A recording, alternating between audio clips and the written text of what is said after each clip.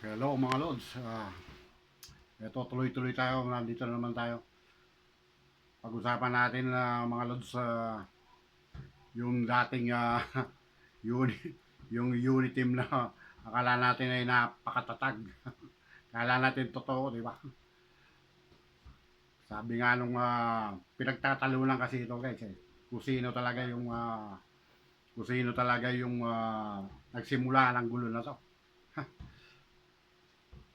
Sabi nga nung isang kapatid sa INC na nabasa ko sa comment, sabi niya, magsuri kayo. Suriin natin, guys. Magsimula tayo dun sa nung kampanya pa lang. Natatandaan natin, guys, nung kampanya, di ba? Ng presidential election na yan nga, nagkasama si Pangulong Bongbong Marcos at si Sara. Di ba? Nagtataka tayo doon, kung mag-isipin natin, magtataka tayo doon, guys. Mga lods, kung bakit si Sara pumayag na maging vice president lang ni Pangulong Bongbong Marcos. Di ba? Doon, isang tanong yon. Bakit ba?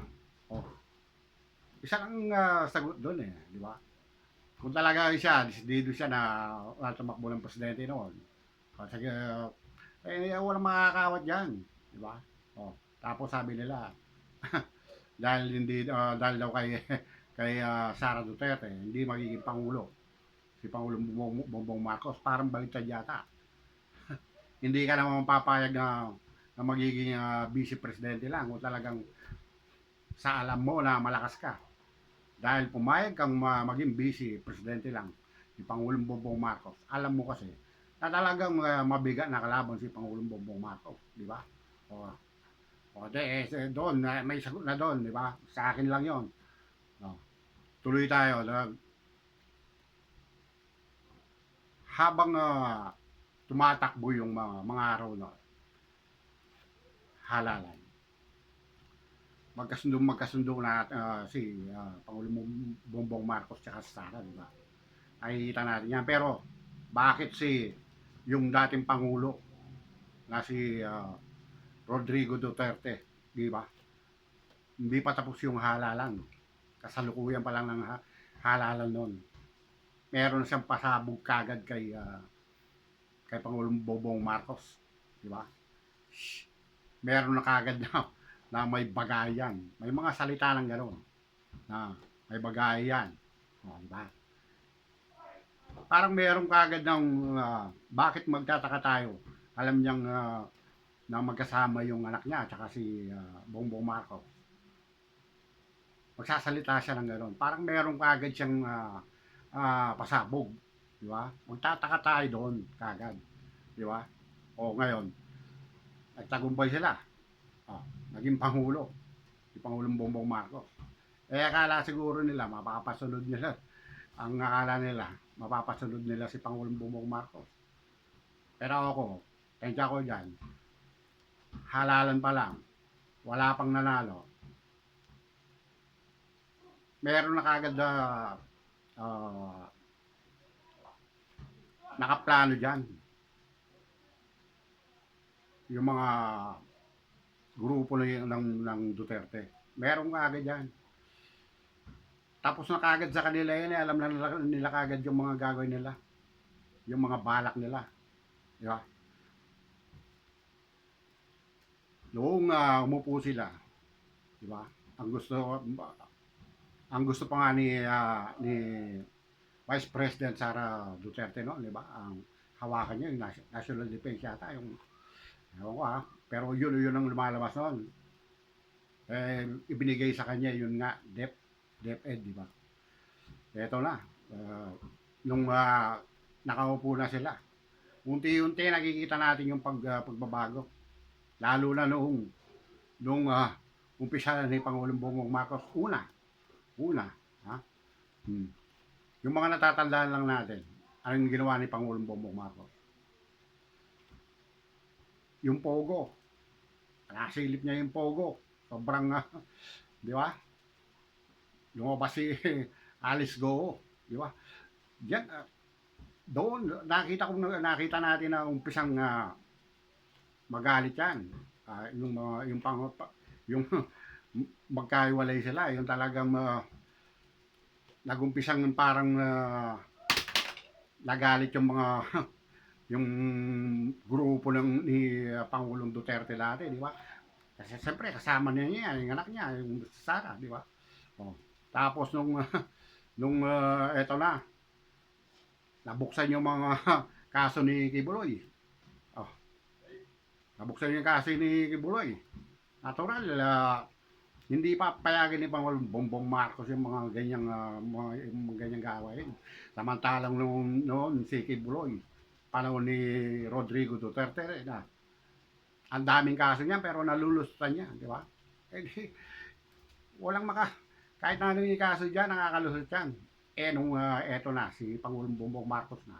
Alam naman natin na pinagtatanggol ng mga Duterte yan. Sobrang dikit yan, lalo na kay Pangulong Duterte, di ba? Oh. Ano nangyari? Akala nila, mapapasunod nila si Pangulong Bongbong Marcos. Oh. Kahit na nagtago na sa ilalim ng lupa si Kibuloy, di ba? Oh.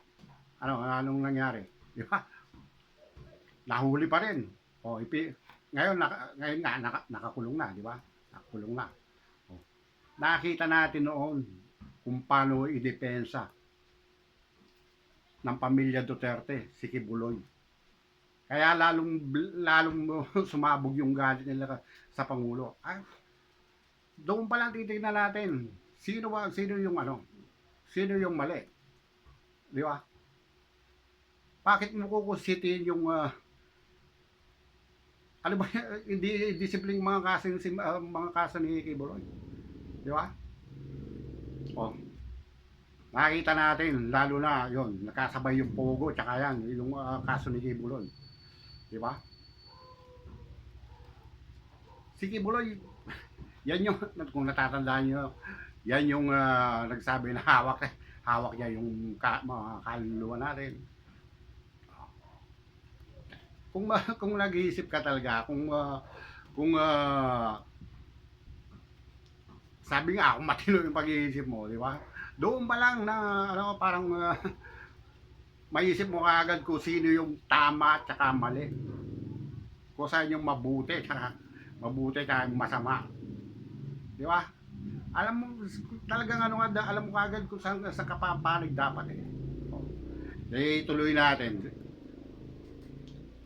Yun nga, lalo sumabog yung mga galit ng Duterte, doon natin nakita talaga na parang naghiwalay na talaga yung nila, sumabog naman ngayon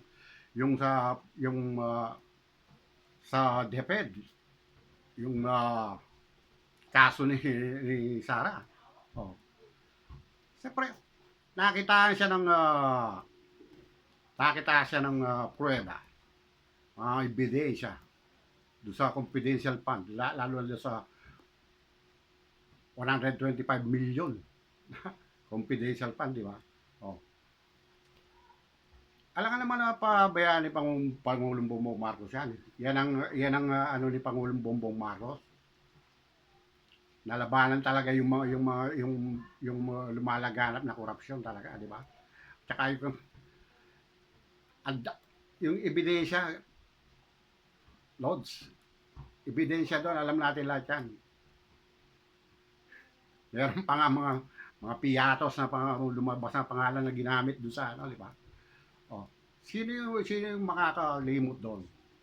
Alam natin lahat yan, tapos na-impeach si Sara. Na-impeach si Sara sa Congress, di ba? Oh. Tapos pagdating sa Senado, yun. Doon na lahat nababoy yung doon na lumitaw lahat.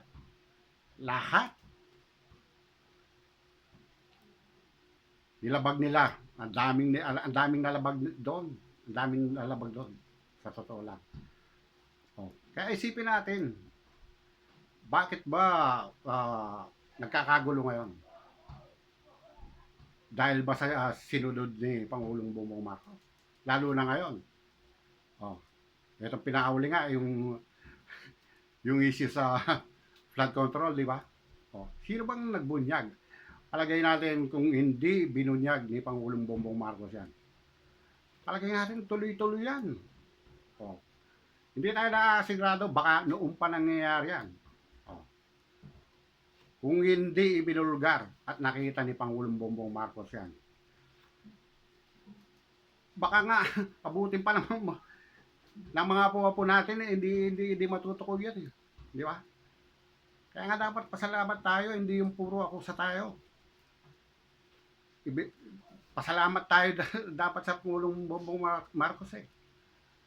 Dahil sa galing niya, natunugan niya yung pagnanakaw na yan sa kaban ng bayan. Pero yung iba dyan, imbes na tumulong, ibinabagsak pa yung Pangulong Bongbong Marcos. Bakit nila yung binabagsak? Ha? Bakit nila yung binabagsak? Di ba?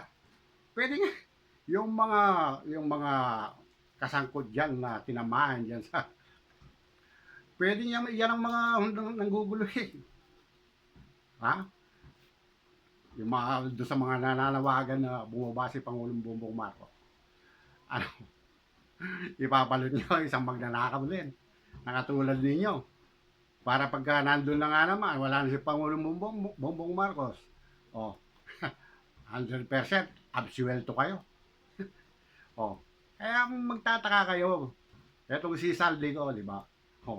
Bigla-bigla. Titirahin niya si Pangulong Bongbong Marcos. Diretso ha. Tinitira niya si Pangulong Bongbong Marcos bigla. Samantalang noon, kinakalaban kung anong pinagsasabi niya kay Sara, di ba? Bakit? Pag nga naman bumagsak si Pangulong Bongbong Marcos at maupo yung isang katulad nila, absuelto na naman lahat. Parang katulad nung natatandaan nyo si Pangulong Duterte nung umupo pong presidente. Natatandaan nyo sino yung mga politikong nakalabas ng kulungan na may mga kasong pagnanakaw sa kaban ng bayan. Hindi malayong maulit ulit yan. Hindi malayong maulit ulit yan. Mapawawalang sala yung mga magnanakaw sa ating bayan. Kaya guys, mga Lods, mag-isip tayo para sa atin itong ginagawa ni Pangulong Bongbong Marcos. Pag hindi tayo natuto dito, maulit-ulit. Paulit-ulit lang yan. Pag nakawala yung mga yan at na-absuelto, tandaan nyo yan guys.